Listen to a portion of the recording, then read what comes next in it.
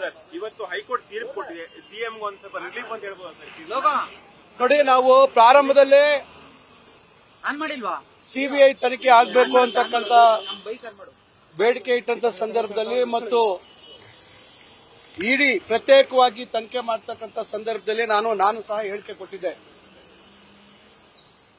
ಉಚ್ಚ ನ್ಯಾಯಾಲಯದ ನಿರ್ದೇಶನದಂತೆ ಲೋಕಾಯುಕ್ತ ತನಿಖೆಗೆ ಅನುಮತಿ ಕೊಟ್ಟ ಮೇಲೆ ಲೋಕಾಯುಕ್ತ ಸಂಸ್ಥೆ ಸ್ವಾಯತ್ತ ತನಿಖಾ ಸಂಸ್ಥೆ, ಒಂದು ತನಿಖಾ ಸಂಸ್ಥೆ ತನಿಖೆಯನ್ನ ಮಾಡ್ತಾ ಇರತಕ್ಕಂಥ ಸಂದರ್ಭದಲ್ಲಿ ಮತ್ತೊಂದು ತನಿಖಾ ಸಂಸ್ಥೆಯ ಅವಶ್ಯಕತೆ ಏನಿದೆ ಅಂತಕ್ಕಂಥದ್ದನ್ನ ನಾವೆಲ್ಲರೂ ಅದ್ರ ಬಗ್ಗೆ ಪ್ರಸ್ತಾಪ ಮಾಡಿದ್ವಿ, ಅದ್ರ ಬಗ್ಗೆ ಚರ್ಚೆಗಳನ್ನ ಮಾಡಿದ್ವಿ.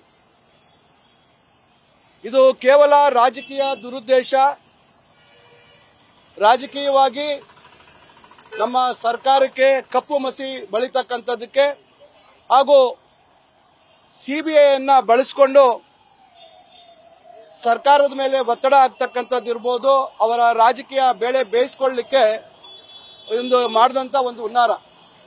ತಮಗೆಲ್ಲರಿಗೂ ಗೊತ್ತಿದೆ, ಇದುವರೆಗೂ ಹಲವಾರು ಪ್ರಕರಣಗಳಲ್ಲಿ ಸಿಬಿಐ ಯಾವ ತಾರ್ಕಿಕ ಅಂತ್ಯವನ್ನ ಕಂಡಿದೆ ಅಂತಕ್ಕಂಥದ್ದು.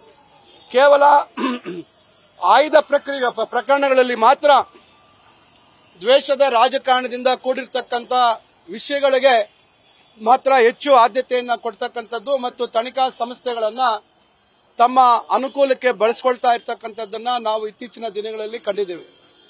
ಅದರಿಂದ ಇವತ್ತು ಉಚ್ಚ ನ್ಯಾಯಾಲಯದಲ್ಲಿ ನ್ಯಾಯ ಸಿಕ್ಕಿದೆ ಅಂತ ಹೇಳಿದ್ರೆ ತಪ್ಪಾಗಲಾರದು.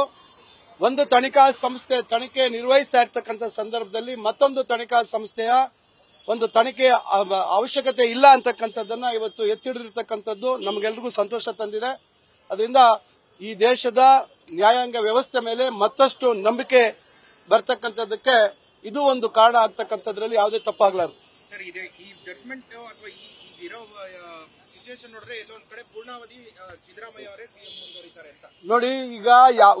ಈಗ ವಿಷಯ ಸಿಬಿಐ ತನಿಖೆಯ ವಿಚಾರದ ಬಗ್ಗೆ ಈಗ ಚರ್ಚೆ ಮಾಡೋಣ.